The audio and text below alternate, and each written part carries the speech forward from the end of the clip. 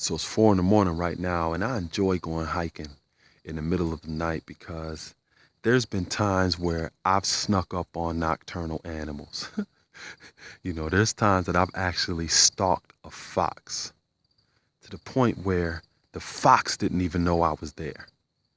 And when it did see me, the fox was startled, looking at me like, what the hell is you doing out here at this time?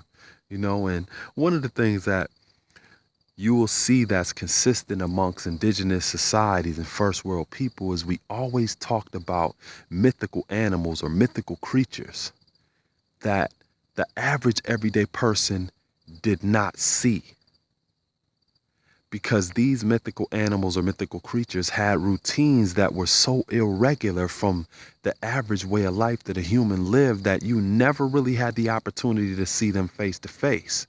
And if you did see them face to face, it always meant one of two things. It was symbolic to death, or it was symbolic to life. It symbolized death because you were so out of your natural habitat and routine as a human that you should never come face to face with certain creatures. So in some societies, if you said you saw a certain animal, that was a symbolism of a death that was going to come about in your life. On the other hand, you can be that in tune with the way in which you live that you're able to perceive everything in your environment, which is symbolic to a level of life that some people have not evolved to or have been able to self-actualize. So for example, wherever you live right now, you have nocturnal animals that live in your environment that you have never seen, but they're there.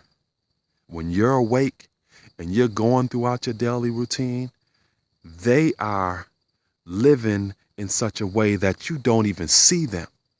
As soon as you sleep, they're alive and they're awake. It's almost like the film The Others. When you're up, they're out. When you're out, they're up. So I say all of that to say, when you study indigenous societies and first world people, one thing that you have to always keep in mind is we always utilized zoomorphic forms, or the symbolism of animals, to represent life and death, different aspects of self-actualization and what we realize by how we perceive their routines.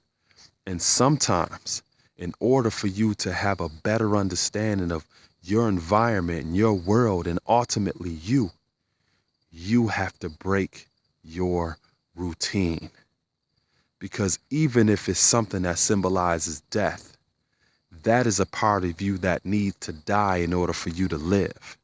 Even if it's a symbol of life, that also represents something that has to pass away for you in order to be born again. It's just something I wanted to share.